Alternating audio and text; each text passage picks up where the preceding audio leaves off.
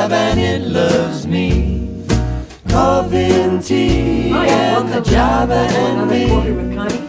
Today I have Kristen Brown from Waste Solutions, and we're going to be talking about how to increase our recycling rates and how to decrease the amount of garbage each of us produce.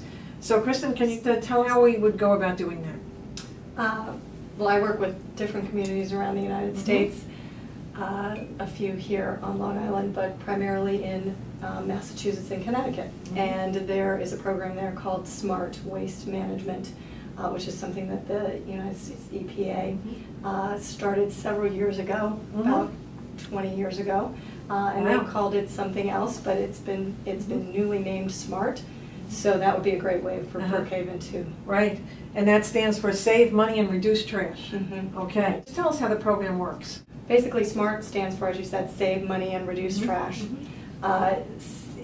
You know you're a smart community if your residents can say to themselves, I save money when I reduce trash. About 75% of the communities across the United States cannot say yes to that question, just like in Brookhaven. But 25% of the communities around the U.S. can say, yes, I save money if I reduce trash. What happens in those communities is we look at the cost of trash differently, and we create a unit-based charge. In communities like Brookhaven, trash has traditionally been in the tax base. So people don't realize that trash has a value, therefore they continue to be wasted. People think that their garbage collection is free. Now, you know, I'm getting my trash picked up for free. Right. And indeed, that is not the case. Right. It is in their tax bills. I think we have calculated $350 per year for the average resident to get their trash picked up. Right. What we are talking about here is an incentive for people to recycle more, and the cost of recycling is free, whereas in the SMART program, people would be charged a fee for the amount of garbage they produce. Right, exactly. So how does that work? Well, it's done differently in different parts of the world. Some people use a container-based program. Some countries use a weight-based program. Here in Brookhaven, something called a bag program would be how you would go about doing that. Similar to Southold and Southampton and Shelter Island, who also do a bag-based program. Also, Massachusetts and Connecticut mostly do bag-based programs. And what would happen is the cost, $350 or so per household, would be taken out of the taxes, basically given back to the residents because they wouldn't have to pay that bill. And then they can choose how much or how little they throw away by how many bags of trash they put out each year. And it would cost them, within their purchase of a bag, would be to collect and dispose of the garbage. Right, exactly. Okay. This is a equity or fairness issue. Right. Can you talk about that a little bit? It makes it very fair. Right now, if you're a household and you have one person in your family, or you're an older person and you don't create a lot of trash, you're paying the same amount as someone down the road who has 4 people in the family.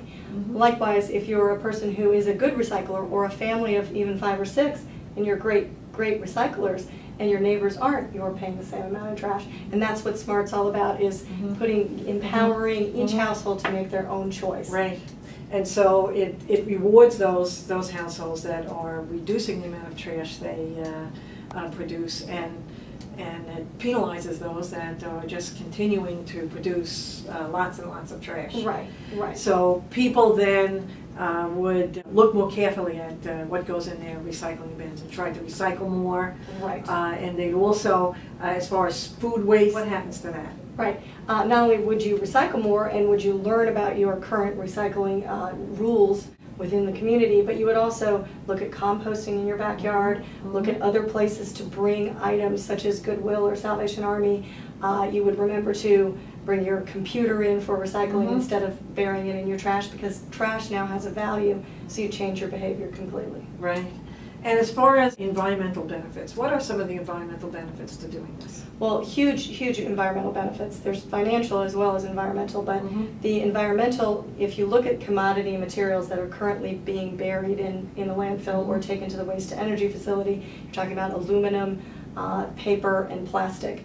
Aluminum is actually takes 80% less energy to recycle than it would if you extracted virgin material from the ground. Also, virgin aluminum is bauxite ore. Bauxite ore is the most potent greenhouse gas. It's 93 times more potent than carbon dioxide. Wow. And then trees, if you look at the paper aspect of recycling, obviously the more you can recycle, the better it is there. That's a 40% energy savings. And plastic is a 70% Also energy helps savings. Decrease our dependence on foreign oil. Okay, so all those energy Some big savings, benefits. this is the contrasting, recycling the materials, and almost like when I was in college, we read Jane Jacobs' Death and Life of Great American Cities, and she talked about mining the waste of cities, and these become the new sources of raw materials. Right. So just that savings of not going out and getting the iron ore and so forth, and instead mining our own waste, Right. is that reduction in greenhouse gases, Right. and as well as cost. Right, right, and there's a huge reduction in cost as well. Again, with aluminum, it's about $1,500 a ton. So for every ton of aluminum that the town is able to take out of the waste stream, it's $1,500 back to the town. Paper, over $200 a ton, and plastic, as well as other metals, are all very valuable. So taking them out of the waste stream is important financially too. Right. And it will save the town a lot of money. You talked about the economics here. As far as our costs to dispose of waste, that is, the town is spending a great deal of money to dispose of our waste. Most people don't understand that we are paying someone to take our waste away and to dispose of it. So how much are you projecting this would save the town of Brookhaven? For the town of Brookhaven, I think just based on initial looks, you would probably save about 48% of your current tipping costs, Okay. Which equates to close to $8 million a $8 year. million a year, which is an enormous amount, and particularly in these, fiscally difficult times, where the town is trying to cut and ask all of our commissioners to cut, all of our departments to cut their budgets. $8 million is a lot of money to save. Right. So that is. That alone, It's a great reason. is a great reason to do this. I mean, we're talking about the equity and the environmental benefits, but just looking at economics alone, we're talking about a huge windfall for the town of Brookhaven. Can you talk a little bit about the other towns? I know there are a couple of other towns on Long Island that have already done this, and their experiences. Right. You have Southold, Southampton, as well as Shelter Island that have implemented this program. I believe all of them have had it for over 10 years. They have all had close to between a 40 and 50% reduction, and they've all maintained this reduction in waste. So if you look at their per capita disposal a week or two before they started the program and compare it to today, it's still down 40 or 50%, which is about 40 to 50% less than what you do per capita here in Brookhaven. Wow, So, that's yeah. enormous. And do people get used to this program quickly? Does it take a long time? What is the process to educate the public? The education process takes a little while, but once you've started the program, the public really embraces it. A good example of this is the state of Massachusetts. Massachusetts has over 40 municipalities that are on this type of program. As they've started the program, some of them have been reluctant just because it's changed. But after the program has been implemented, many of these towns have gone back to a vote because they have what's called town meeting. At these town meetings, overwhelmingly, always, everyone votes to continue the program because they see the equity and they understand that it's fair. And they realize that, hey, my house only puts out a bag and a half a week. Your house puts out 3, that's fine, you pay for it.